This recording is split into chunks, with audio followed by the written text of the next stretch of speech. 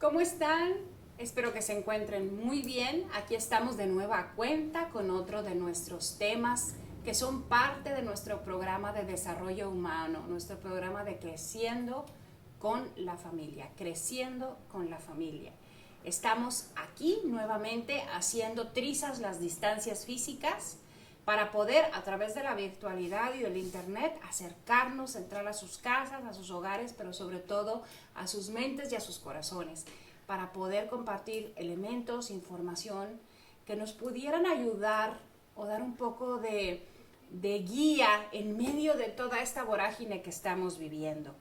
Este es el segundo tema que manejamos a través de estos medios, pero pues es el quinto tema que estamos trabajando dentro del programa. Algunas de las familias residentes de Housing Authority of Brownsville estuvieron atendiendo personalmente hasta el mes de marzo las presentaciones que hicimos y ahora continuamos a raíz de la situación pandémica que se presenta pues a través de la distancia. Así es que agradecemos mucho a todas las autoridades de Housing Authority of Brownsville, empezando por su directora general, Miss Carla Mancha, continuando con nuestra coordinadora del área social, Miss Hilda Ledesma, y todo su equipo de trabajo que hacen posible estas sesiones. Entonces, hoy tenemos un tema que consideramos urgente para los tiempos que corren. Hoy corresponde hablar de la importancia del ambiente en el hogar y de la salud emocional de los hijos. Estamos asumiendo que todo mundo alcanza a ver con claridad que las familias, los hogares, son los formadores, los constructores del hombre, la mujer, el ciudadano del mañana. Esos pequeños que están ahí en casa, el número de hijos que tú tienes, son a fin de cuentas quienes van a ser los nuevos ciudadanos de esta sociedad en la que vivimos. Y la fábrica de esos ciudadanos inicia y tiene un peso enorme, preponderante, en tu casa, en tu hogar, a través de tu ejemplo. Cuando vamos a manejar, pensando en una fábrica, por así decirlo, y se va a fabricar un alimento, las condiciones sanitarias y de regularización y las leyes, todo están orientados a que ese lugar sea perfecto, limpísimo, inmaculado, porque ahí se produce algo que va a ser para el consumo humano. Entonces la gente se protege, se prepara y hace todo lo necesario para que sea un ambiente perfecto donde se prepare un producto que va a ser para el consumo humano. Cuando se trata de algo que no es tan importante, vamos a imaginar las suelas de un zapato, pues también se toman muchas medidas especiales para que aquello que se va a fabricar salga bien, pero a lo mejor no es tan estricto como algo que se va a consumir. Sin embargo, aunque no sea algo tan estricto, se busca que las situaciones, las condiciones sean perfectas para que el resultado sea óptimo y de calidad. Yo me pregunto, en las familias actualmente, en tu familia, ¿tú te das a la tarea de que todo lo que se vive, todo lo que se enseña, todo lo que se aprende en tu hogar, sea parte de un proceso que esté en óptimas condiciones? Procuramos con nuestro ejemplo y nuestro trabajo que el producto final sean hombres y mujeres de bien, autosuficientes, capaces de desenvolverse con éxito una vez que salen de casa. O vamos a la y se va, replicando incluso los errores de lo que nosotros mismos fuimos víctimas alguna vez. Valdría la pena pensarlo. Voltea a tu alrededor, desde donde estés sentado ahorita. Observa o imagina tu casa, visualízala. Es tu hogar, tu casa, las relaciones que se dan entre ustedes. El lugar más óptimo para que salga un ser humano de ahí que valga la pena como buen ciudadano, como buena ciudadana afuera, en la calle, alguien de quien después tú te sientas orgulloso. Es un buen momento para pensarlo. sobre todo porque ahorita la interacción familiar dentro del hogar es más frecuente. Los hijos están confinados temporalmente, pero al final confinados a permanecer dentro de la casa. Hay más movimiento, por lo tanto se genera más, desorden quizás. ¿Cómo se regresa al orden dentro de todo ello? ¿Cuál es el ambiente de tu casa? Si alguien entra a tu casa, dice que a gusto me siento aquí, o se siente estresado, con ganas, no, mejor vamos y nos vemos en otra parte. La energía que rodea tu hogar dice mucho de la calidad de la salud emocional de sus habitantes.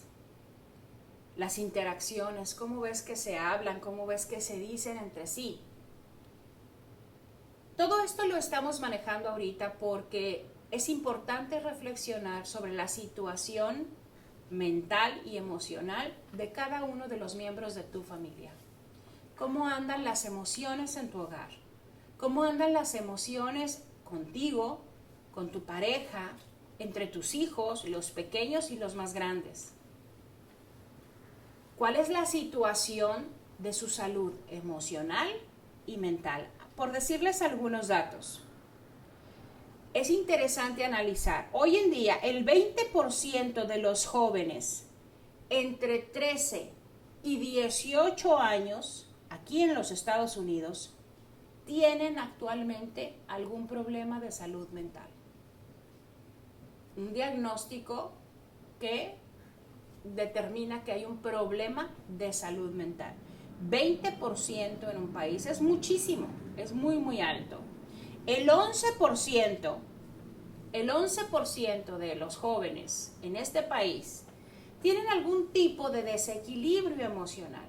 Es decir, no estamos hablando de una situación que es parte del desarrollo, como esos desequilibrios emocionales que son casi naturales en un adolescente, sino algo que va más allá, que ya se puede manejar como un problema de salud mental. El 10% de nuestros jóvenes en Estados Unidos tienen un problema de conducta, manifestada ya sea en las escuelas, en la propia hogar, en la relación con los demás, pero hay un problema que nos puede decir hay un problema y un desorden conductual.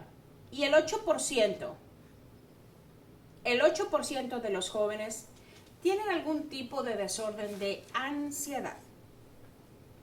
Dicho esto, nos sentimos obligados a voltear hacia adentro de las casas. No es el momento de pensar que si el hijo de la vecina, el hijo de la amiga, de la comadre, de la prima, la cuñada, no. Voltea hacia adentro de tu hogar.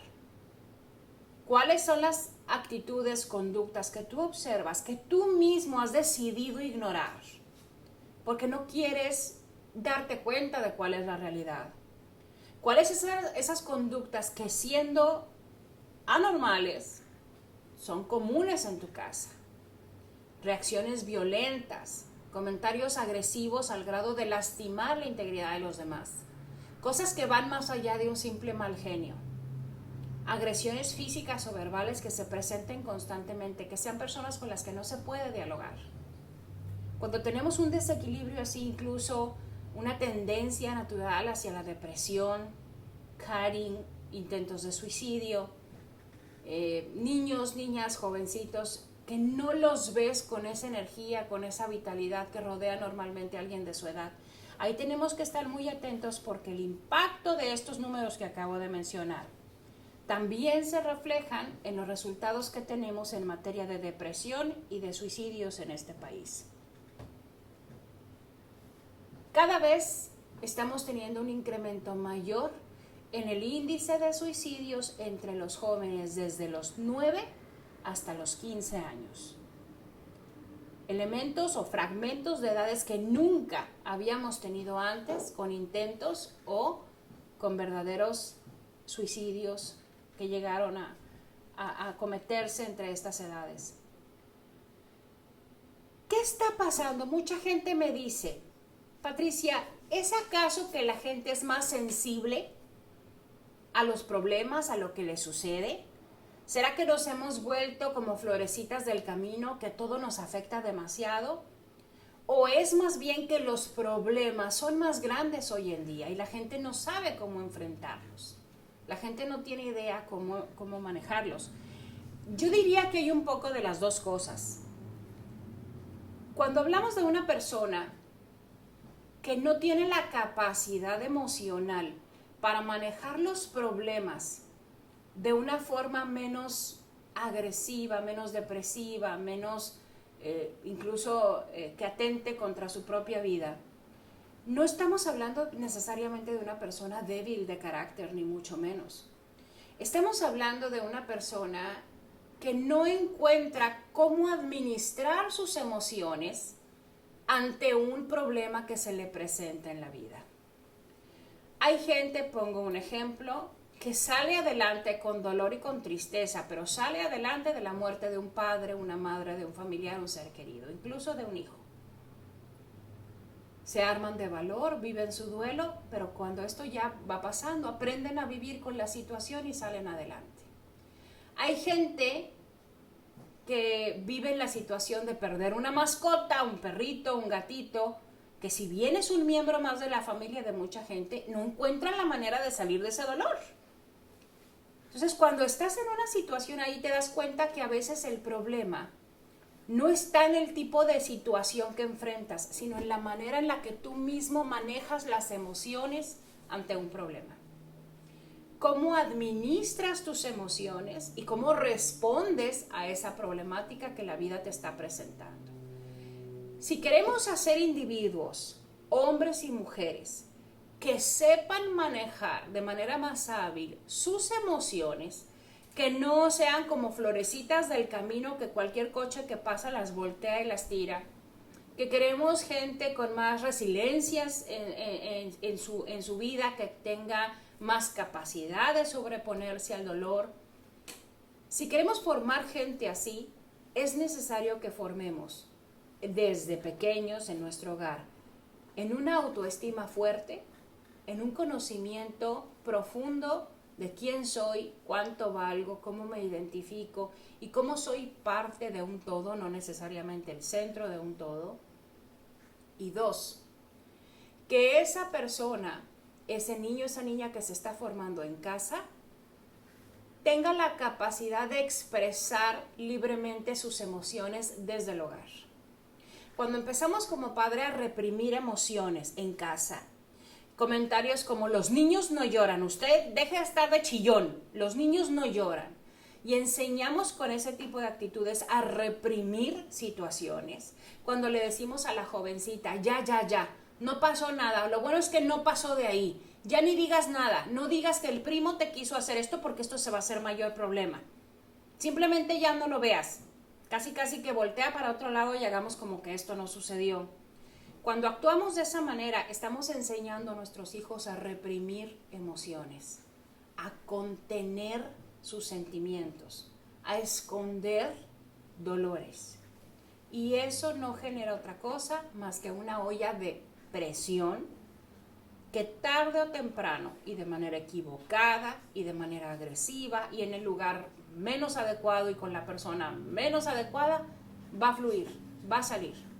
Tarde o temprano, esto va a surgir.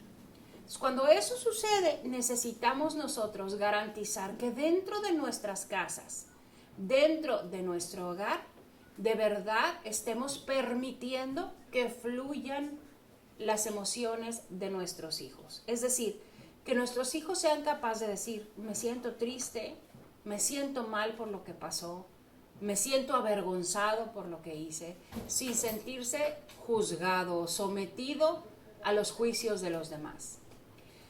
Desafortunadamente, los padres de familia somos especialistas en minimizar las cosas de los niños porque son de niños y asumir que esas actitudes o esos sentimientos no están validados porque pues simplemente se trata de un niño, de una niña, de un compañero, una compañera. O bien, llevamos las cosas al extremo contrario.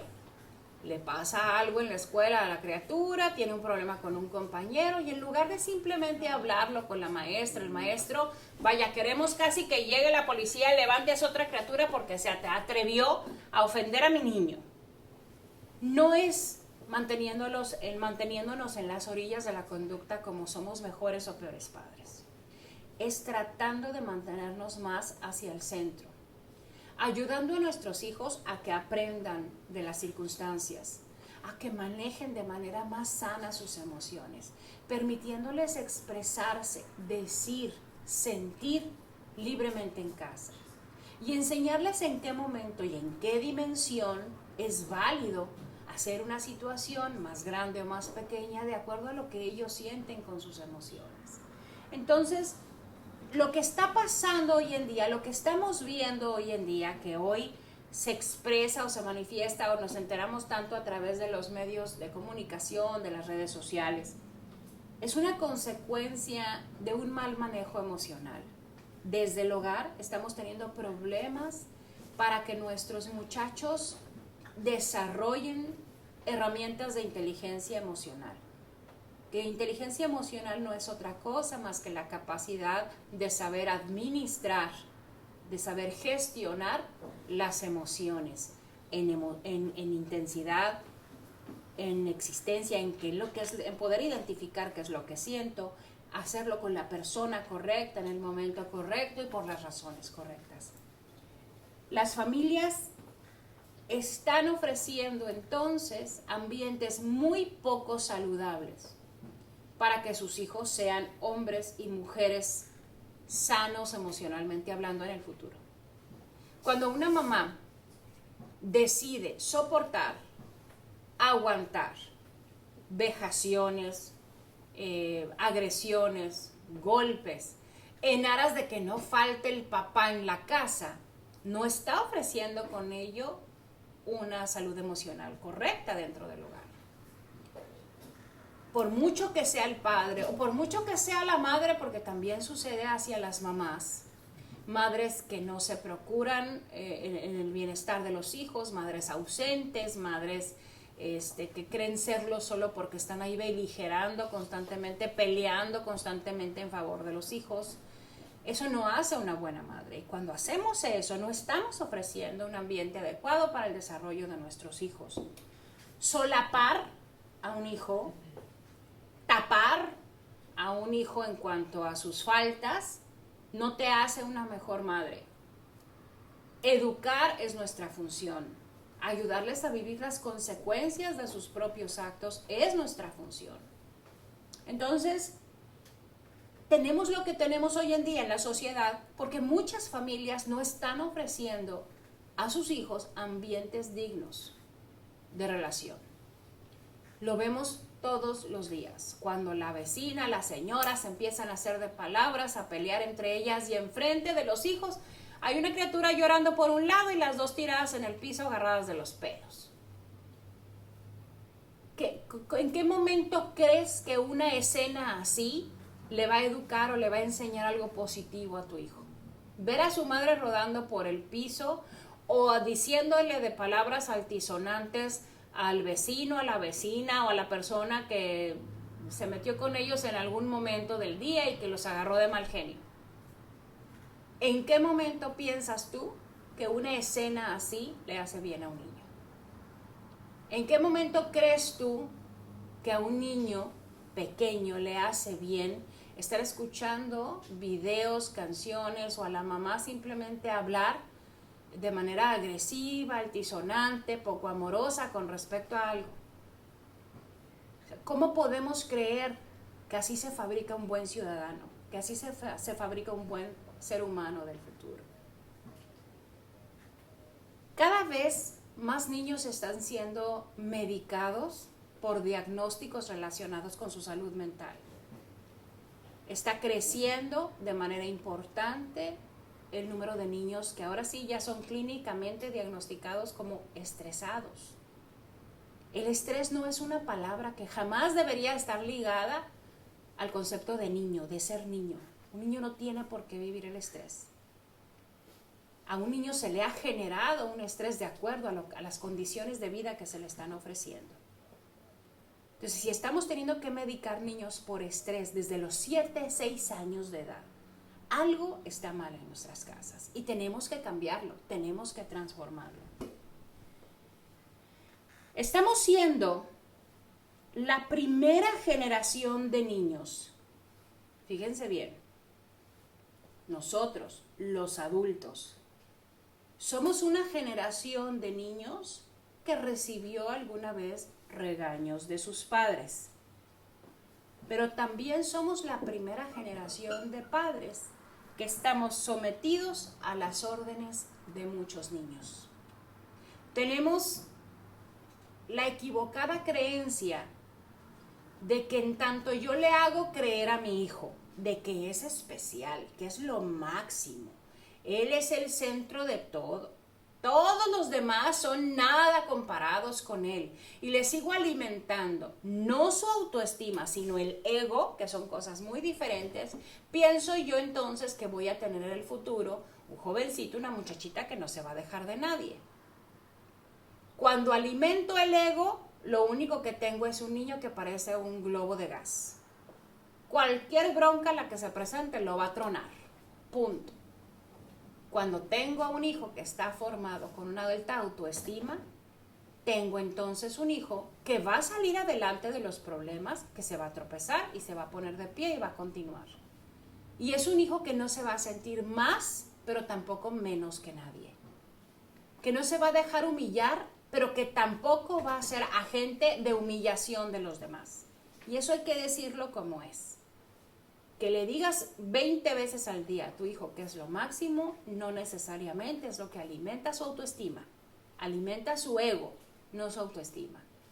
Cuando tu hijo hace una acción para colaborar en casa, para ayudar desinteresadamente, y tú lo felicitas por lo hecho, ahí estamos trabajando su autoestima. Ahí es donde estamos haciendo lo correcto. Cuando lo invitamos a ser parte de un proyecto familiar, mira, yo lavo estos trastes, tú los secas, y lo hago parte de lo que sucede en casa, estoy alimentando su autoestima. Cuando él va a dar su opinión y yo le digo, cállate, cállate, cállate, aquí tu papá y yo vamos a decidir, ahí estoy lastimando su autoestima. Pero cuando lo escucho y dejo el celular para darme el tiempo de mirarle a los ojos, de darle un lugar como persona a la hora que estoy hablando con él, estoy alimentando su autoestima. Y no tiene nada que ver con halagos y premios y globos y todo eso. Sepamos distinguir muy bien cuando estamos alimentando el ego de un niño en lugar de su autoestima. Son dos cosas muy diferentes. La pregunta que seguramente muchos se podrán hacer ahorita, bueno, Patricia, entonces, ¿qué es lo que estamos haciendo mal? ¿En qué estamos fallando? Esa es una pregunta que nos hacemos todos los padres constantemente. La primera reacción, la primera respuesta a la pregunta ¿qué es lo que estamos haciendo mal? Pudiera ser que hay padres con una gran carga emocional y que no han sido tratados, o sea, que no reciben ningún tipo de terapia ni de apoyo en ningún momento. Ese es uno de los más grandes errores que vemos en las familias hoy en día. Miren, a mí me tocó ver tantas cosas cuando fui directora de una escuela secundaria.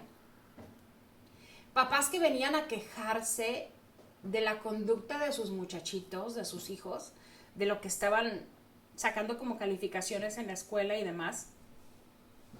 Y no se daban cuenta los papás que al expresar su preocupación casi que me daban la respuesta de dónde venía esa mala conducta de sus hijos. La simple manera en la que el papá se refería a su hijo o a la esposa me decía el por qué el hijo había salido así. Te das cuenta que señalamos en los hijos errores que nosotros estamos heredándoles. Errores que los vemos en los hijos, pero no los vemos en nosotros. Y ese tipo de condiciones evitan que sane tu hijo y que sanes tú. Es necesario que si tú sientes que no puedes controlar momentos de ira, momentos de depresión, momentos de tristeza, de dolor, de angustias pasadas, de viejos rencores, de eventos en tu vida cuando fuiste niño, cuando fuiste un jovencito que hayan marcado negativamente tu existencia, alguna situación como alguien que te molestó sexualmente, alguna situación como un abandono que viviste por alguno de tus padres, alguna situación como un fracaso matrimonial, si todo eso lo vienes arrastrando como bolsas, como cadenas pesadas en tu espalda, es el momento de que te detengas y trabajes en sanarlo. Porque toda esa carga emocional se va a reflejar en tu quehacer de padre o de madre. Y va a tener un efecto en la vida y salud emocional de tus hijos en el futuro. Necesitamos trabajar primero en nosotros. Ese es el primer error que como padres cometemos. Observar los errores en nuestros hijos y no darnos cuenta que nosotros traemos una carga emocional muy añeja que no hemos ni siquiera querido reconocer. Es más, hay padres y madres que ni siquiera recuerdan cuál es ese evento que los tiene amargados todavía hasta el día de hoy. Necesitamos hacer esa introspección, hacer esa autoevaluación, reconocer que algo nos pasó y recibir el tratamiento adecuado. Así, ese niño o esa niña van a tener los padres de calidad que merecen. Cuando no existe ningún tipo de límites ni de disciplina en casa, también estamos teniendo nosotros elementos para tener un ambiente negativo en el hogar.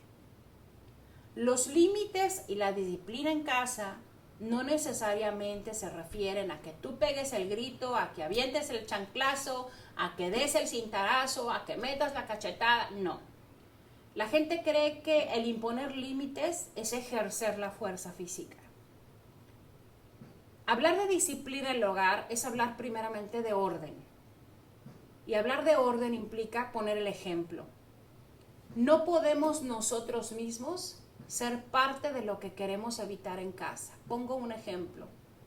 No me puedo imaginar yo que un padre o una madre de familia quieran formar un borracho. Voy a poner ese ejemplo. No me lo puedo imaginar. Nadie quiere que su hijo o su hija sean borrachos, padezcan de alcoholismo y ello los lleve a ser irresponsables en el trabajo. Yo creo que ningún padre puede decir que eso quiere. Pero sí puedo decir que hay muchas familias que trabajan arduamente en formar a ese tipo de personas. ¿Por qué? Por el ejemplo que ofrecen. Porque el padre le prohíbe al hijo adolescente tomar, pero todos los viernes el padre toma. Y toma no solamente para sentirse a gusto, toma para ahogarse, para literalmente quedar completamente ebrio. ¿En qué momento desconectamos nuestro ejemplo de la disciplina que debe de prevalecer en casa? Lo que yo pido, lo debo de hacer yo también. Claro, como adulto tengo ciertos privilegios. Por ejemplo, el adulto no se va a ir a dormir a las 9 de la noche en días de clase por el hecho de que los hijos tengan que hacerlo. Pero sí le va a enseñar a los hijos que hay que descansar para poder amanecer bien mañana, al día siguiente. Si ellos duermen a las 9, los papás quizás se vayan a dormir 11, 12 de la noche. Pero al final hay un tiempo de descanso que se debe respetar. Hay una congruencia entre quien está pidiendo que las cosas pasen y lo que hace esa misma persona. Hay una frase maravillosa, una máxima importante a considerar que dice: lo que haces habla tan fuerte que no me deja escuchar lo que dices. La mamá sugiriéndole a su hijo, a su hija que no fume, pero la señora no suelta el cigarro. Y por más, no, pero yo le digo, Miss Valenzuela, yo siempre le he dicho, el cigarro no es bueno. Entonces, si estás tan consciente de que no es bueno, ¿por qué no lo sueltas tú? Ese tipo de congruencias educan más a los hijos que todos los discursos y todas las sermones que le pudieras decir. Lo que haces habla tan fuerte que no me deja escuchar lo que dices. Tenemos también pésimos hábitos a la hora de estimular y gratificar a nuestros hijos. Ahora hay que premiar por todo, hasta por lo que hiciste o por lo que no hiciste. Hay que premiar al que lo logró y al que no lo logró. Hay que premiar por todo, porque no vaya a ser que el niño se quede traumado. Mis amigos, en la derrota se aprende mucho. De los errores se aprende mucho. Del fracaso se aprende mucho. Y si no permitimos que nuestros hijos vivan la derrota o el fracaso, entonces no les damos oportunidad de aprender. A lo mejor quedó en segundo lugar y ahí estás lamentándote, quejándote y maldiciendo al que quedó en primero. Pero ¿sabes qué, hijo? Para mí fuiste el primero, entonces te voy a premiar yo como quiera. No. Quedó en segundo y hay alguien que fue mejor que tú en esa ocasión. ¿Qué debemos de aprender? Pero es que a mí no me gusta verlo deprimido porque no ganó Miss Valenzuela. Pues entonces, no se trata de lo que te guste a ti. La vida tiene sinsabores. La vida tiene pérdidas. La vida tiene fracasos. Y todos en algún momento de la vida nos topamos con ellos. Y no vas a poder estar siempre ahí para premiar a tu hijo aún en sus fracasos. Necesitamos enseñarles a nuestros hijos a enfrentar esos fracasos y sacar el aprendizaje que ese fracaso trae. ¿Qué nos falló?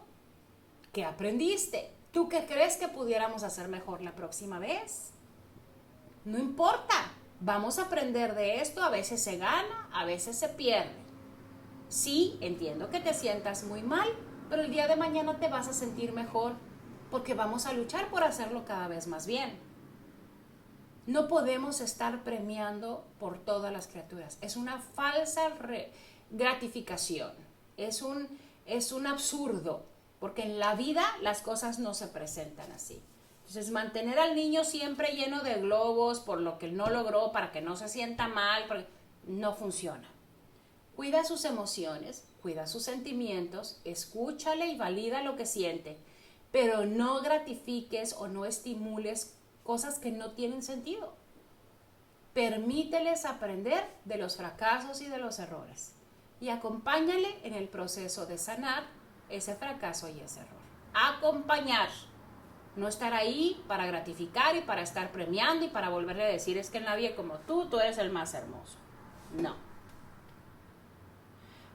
¿Qué otra cosa nos falla mucho a los papás hoy en día?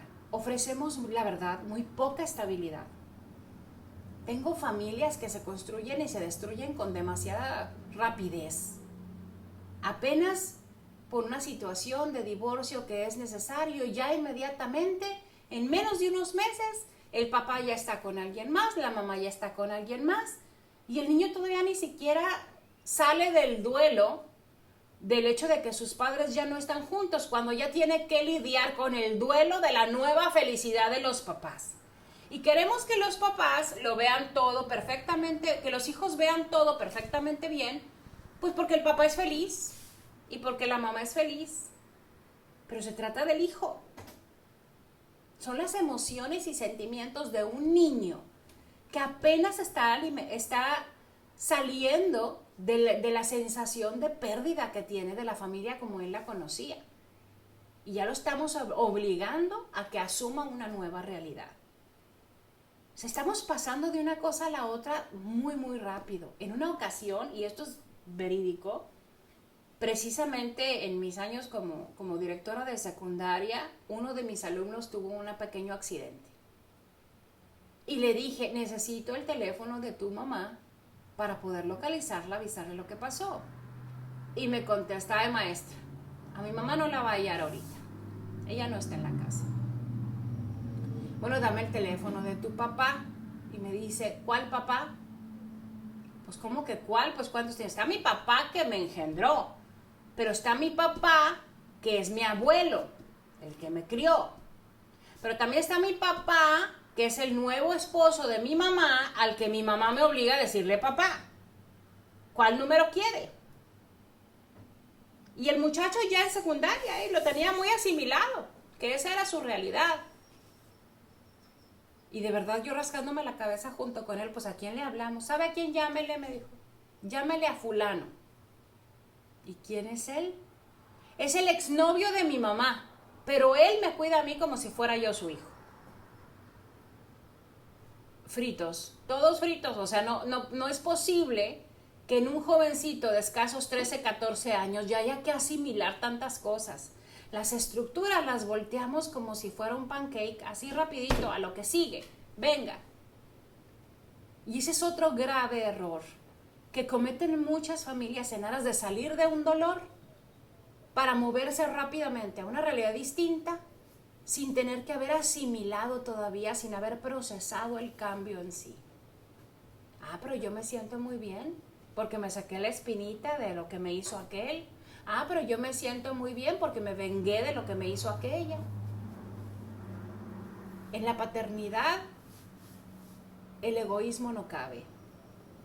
En el ejercicio responsable de la paternidad, tenemos que ser muy conscientes no nomás de respetar tus tiempos, sino de respetar los tiempos de los hijos. Porque una cosa es tu problema o tu pérdida con una pareja, a tener que hablar de pérdidas y de problemas con tus padres. Asimílalo así. ¿Cuánto tiempo te tomaría a ti, papá, mamá, ahorita ver a tu padre y a tu madre con otra pareja? ¿Cuánto tiempo necesitas para que te estén obligando a decirle papá o mamá? Para que vengan y lo metan a tu casa, para que vengan y sea parte de tu nueva realidad. No queremos familias entonces que se sujeten a tener que aguantar para que un hijo no viva un cambio así. Lo que queremos es que se respeten los tiempos, que se respeten las emociones, que se respeten los sentimientos, que tomes un espacio para que las aguas se calmen y así tu mente pueda tomar mejores decisiones. Si ya te equivocaste, no te equivoques más. Espera que las aguas se calmen para poder tomar decisiones a futuro y permite que tus hijos, con su tiempo y en la medida de su espacio, asimilen los cambios a los que tú mismo los vas a sujetar. Porque al final la realidad es que los padres controlan lo que los hijos van a tener que vivir en el futuro mientras estén con ellos en casa. Piensa ahorita si tu hijo va a querer salir como tapón de sidra del hogar en cuanto cumpla sus 18 años. O si es un hijo que va a extrañar algún día su hogar. Va a salir, va a funcionar, va a hacer las cosas de manera funcional afuera, pero va a recordar con amor lo que vivió con sus padres. Va a recordar con añoranza su niñez.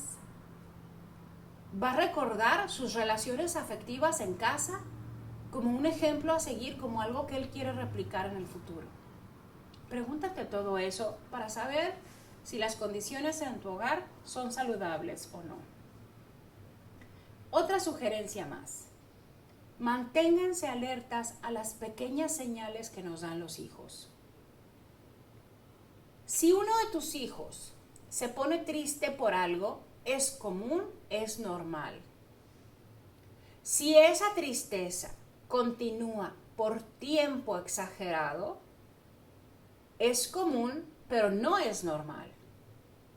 O sea, que algo que sucedió le dure periodos demasiado largos de tiempo, nos dice que hay una situación emocional que trabajar. Cuando un hijo o una hija, que esto lo estamos viendo en las escuelas desde muy, muy temprana edad, casi desde los 9 años aproximadamente, empieza procesos de autoflagelación, como el cutting, como hacerse ellos mismos un pequeño golpe, una herida. El cutting no es otra cosa más que la flagelación del cuerpo a través de pequeñas navajas en sitios que generalmente no están a la vista.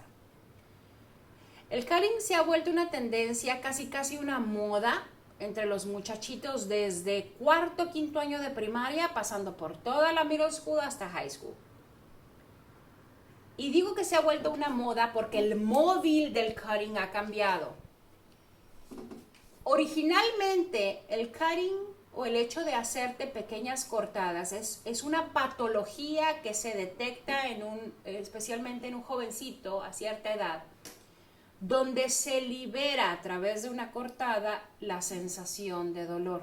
O sea, propinándose una cortada, una herida, se liberan emocionalmente de un dolor interior, se liberan de una angustia, de una preocupación que traen y sacan a través de esas heridas ese dolor y sienten, digamos, un placer emocional. No hablo de un placer de otro tipo, sino de una paz una vez que sacan esa cortada. Y eso es una patología que hay que trabajar con un especialista que hay que trabajar a través de una terapia. Pero hoy en día se volvió tan común que muchos jovencitos lo replican como si replicaran un reto de Facebook o un reto, una moda que se ha impuesto. Es que mi amiga lo hizo, entonces pues a lo mejor está padre. Yo también quiero ser bien intensa, entonces lo voy a empezar a hacer. Entonces, tenemos un móvil que está llevando a los muchachos a hacer cutting, a hacerse una autoflagelación, que no necesariamente es la patología que conocíamos, sino que también lo hacen por mera moda, por poner una foto en redes sociales, por tener algo que contar, por llevar una vida, como ellos dicen, más intensa. Mi mejor amiga lo hace, mi noviecito lo hace, yo, ¿por qué no? Yo no me voy a quedar atrás. Como quiera que se presente, es un síntoma de que algo no está bien, de que hay una situación emocional, sea una cosa o por la otra, porque en el segundo caso, el móvil es la aceptación de los demás. Y tener que llegar a lastimarme a mí mismo, a mí misma, porque alguien me sienta parte de su grupo, por ser aceptado por su grupo, es que algo está mal. Pues como quiera se tiene que trabajar a través de las instancias adecuadas, a través del apoyo adecuado. Las conductas de riesgo o fuera de control también es algo que vemos cada vez más cotidianamente que se presentan en los hogares. Niños, niñas que en una discusión acalorada se van más allá del simple intercambio enojado, enojada, y llegan incluso a los golpes con los propios padres o con la madre. No se debe permitir ni debemos de caer en ningún tipo de provocación de esa índole. Estamos hablando de que entonces no hay control de las emociones. No hay control alguno con respecto al cómo me siento y tú, padre o madre, no representas para mí autoridad alguna. Y si la representas, yo no soy capaz de controlar mis emociones solo porque tú estés presente. Cuando algo así sucede, es momento también de tomar cartas en el asunto. No debemos dejar pasar las cosas y pensar que el día de mañana todo se va a solucionar solito. Esto no es una situación que con el tiempo se sane, que se cure o que luego que madure. Esto puede ser una situación que se puede poner peor conforme crece. Es como una enfermedad, como un resfriado que no está bien cuidado. Se puede volver una pulmonía y lo puede llevar a la tumba. En caso de violencia exacerbada, también lo que empieza chiquito se vuelve grande, si no hacemos algo por trabajarlo. Cuando vemos también que nuestros hijos tienen pérdidas de apetito repentinas, si hay evidencias de vómito, en el caso de los hombres o las mujeres, o que hay usos de laxantes o dietas drásticas para bajar de peso, también tenemos ahí señales de que emocionalmente quizás algo no está muy bien. Tenemos que trabajar con ellos cuando se trata sobre todo en cuestiones de pérdida de peso de la forma más sana posible, más saludable y más positiva posible. No lo voy a hacer para que te acepten los demás, lo voy a hacer para que te sientas mejor. Y yo te voy a ayudar, yo te voy a colaborar de esta o de otra forma. Entonces nos volvemos equipo, trabajamos todos por una vida más sana, no necesariamente por llegar a determinada talla. Ahorita que estamos en esta situación pandémica, muchas familias, no pocas, muchas personas han empezado a utilizar como parte de la terapia el salir a caminar, hacer algún tipo de ejercicio. Esto es muy válido y sumamente útil para nuestros hijos. Tener ese ejemplo de que salimos al aire libre, a caminar, a hacer ejercicio, bueno, estamos en aras de una vida más saludable, que a fin de cuentas no solamente beneficia nuestra salud física, sino también nuestra salud mental, porque nos saca del encierro de manera obviamente prudente, tomando todas las medidas necesarias de cuidados al respecto, manteniendo la sana distancia, utilizando hand sanitizer, evitando grupos grandes, etcétera, etcétera, pero sobre todo nos saca de la rutina, de toda esta sensación de encierro que se tiene y nos lleva a sentirnos mejor. Entonces hay que procurar todo ese tipo de cosas. Recordemos que muchas cosas puedan estar pasando en nuestros hogares, muchas. Lo importante es tener la voluntad, la intención, las ganas de sanar, de sentirme mejor. Oye, es que esto no me hace feliz, me lo quiero quitar de encima. no se trata de que me acostumbre a vivir con esto. Yo puedo vivir sin esta sensación de agobio, de dolor, esta sensación de inconformidad que siento con aquello que me rodea. Yo lo puedo cambiar.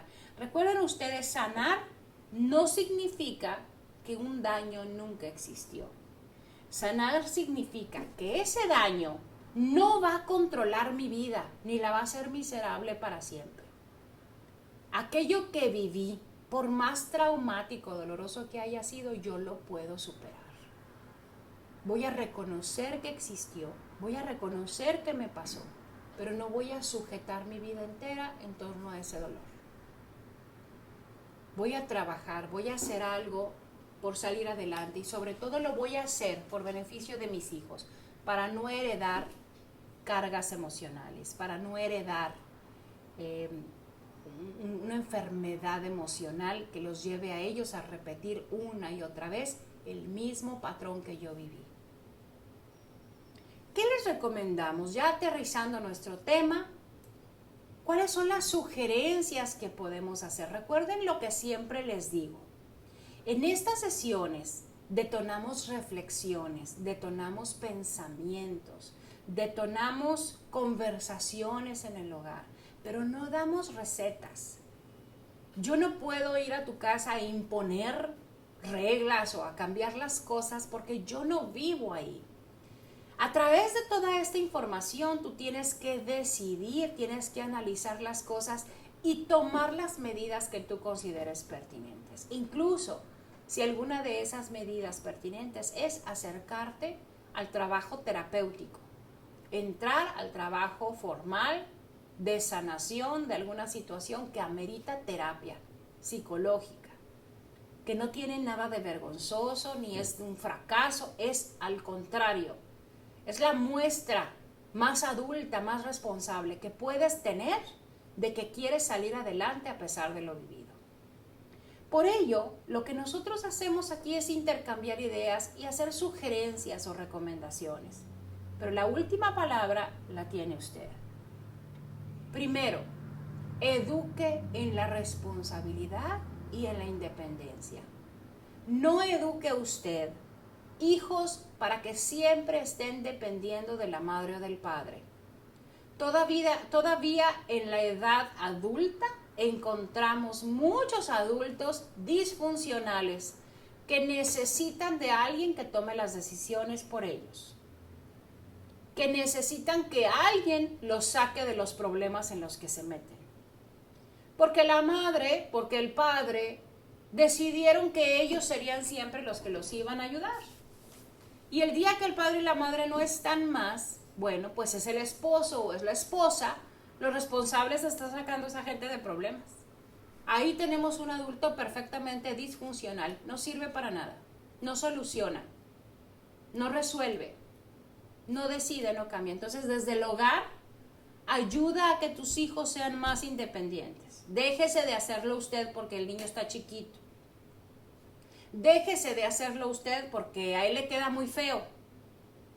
O déjese de hacerlo él porque él viene muy cansado. Deje que ellos intenten, deje que ellos hagan, deje que ellos participen de la dinámica del hogar. Otra, como ya lo dije y lo recomendé, no se exceda usted en las compensaciones hacia sus hijos. Permita que el logro realizado, que sea el momento, el premio de aquello que lograron. No lo que usted lleve, no lo que usted compre. No esté mercando los resultados ni académicos ni personales de sus hijos. No les diga, si ganas el campeonato, yo te compro el iPhone. Si ganas A Honor Roll, yo te voy a regalar tal cosa. El niño, la niña tiene que descubrir que es el momento de triunfo, ese es el premio, la satisfacción misma por el logro alcanzado. Porque ¿qué pasa después? Si tú no llegas con el regalo bajo el brazo, la niña hasta se va a enojar, el niño hasta se va a molestar, porque ¿para qué tanto esfuerzo si no le diste nada a cambio? Entonces ya no estaba logrando su meta por simple hecho de lograrlo, lo estaba haciendo para mercar, literalmente para comprar de ti algo que ellos querían. Entonces, eso es un gravísimo error que después pagamos de manera muy cara. Recuerde que usted no es el centro de entretenimiento de su hijo. En esta pandemia hay muchos niños aburridos, ya no hayan qué hacer, de acuerdo, pero no es tu trabajo ser el centro de entretención de tus hijos, ¿eh? Ellos tienen que descubrir en el aburrimiento un espacio de creatividad. Ellos van a tener que inventar con qué divertirse más. Ellos necesitan también descubrir de circunstancias como el aburrimiento, el fastidio y de que ya llevo mucho tiempo haciendo lo mismo, ahora sí quiero hacer algo diferente. Tienen que ponerse creativos e investigar. No estás tú para solucionarle la vida a cada paso, o para que el niño esté contento siempre. Recuerden que el hogar debe ser un espacio libre donde las emociones se pueden expresar de manera natural. Entonces no es mi deber tenerlo siempre contento. Él tiene que aprender a descubrir cómo generar su propia felicidad. Tenga usted disponibilidad emocional con su familia y enséñele a sus hijos herramientas de socialización. Si tú eres muy tímido, muy tímida, muy introvertido, no te gusta salir mucho, no quieres que se lleve con nadie, no quieres ni hablarle a la vecina, pues esa es mucho tu disfuncionalidad. Permite que tu hijo tenga amigos, amigas, gente con la que se pueda relacionar. Si no ahorita físicamente por la cuestión de pandemias, pues sí en el futuro, cuando ya regrese a la escuela, porque algún día vamos a volver a vernos a la cara con los demás. Y no queremos niños aislados, niños temerosos, niños que no sepan ni siquiera bajarse a una tienda a pedir un refresco. Necesitamos gente que sepa otra vez tratar con más personas. Necesitamos gente que pueda solicitar un servicio, mirar a los ojos a alguien y decir qué es lo que quiere. Entonces fomentemos la socialización también. Seamos parte de ese proceso de socialización. Esté usted presente para atender lo que sus hijos necesitan y no tanto para lo que sus hijos quieren. Aprenda a conocerlos para que usted distinga la diferencia. Satisfacer una necesidad es diferente a satisfacer algo que el niño quiere. Hay niños que no saben lo que quieren y nomás piden por pedir.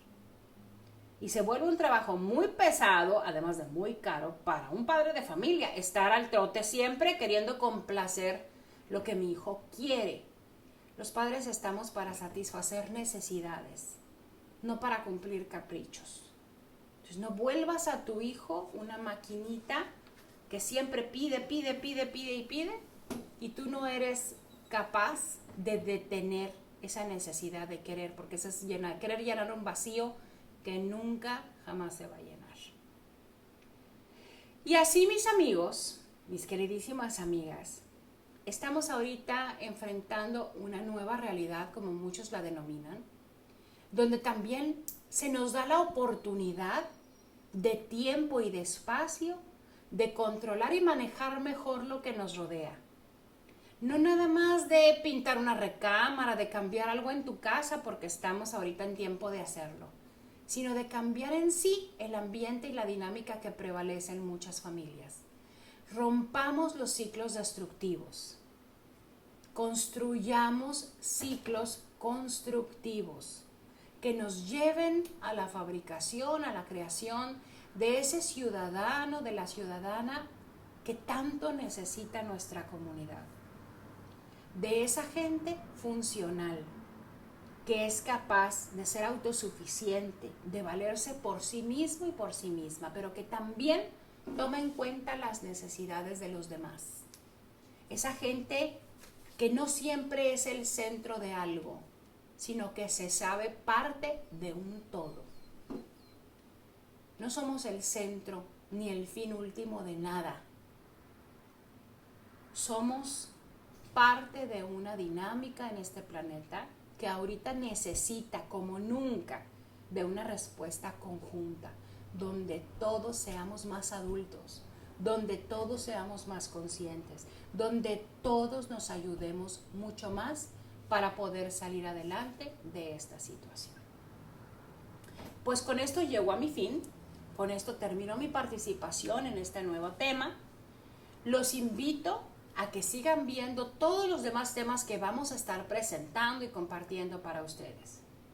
Les agradezco mucho el favor de su atención y les pido por favor que también inviten a otras personas a que vean estos videos. Nunca sabemos en qué momento alguien más está ávido de recibir esta información. Les agradezco a todos muchísimo su presencia y por supuesto los invito a seguir al pendiente de nuestra programación.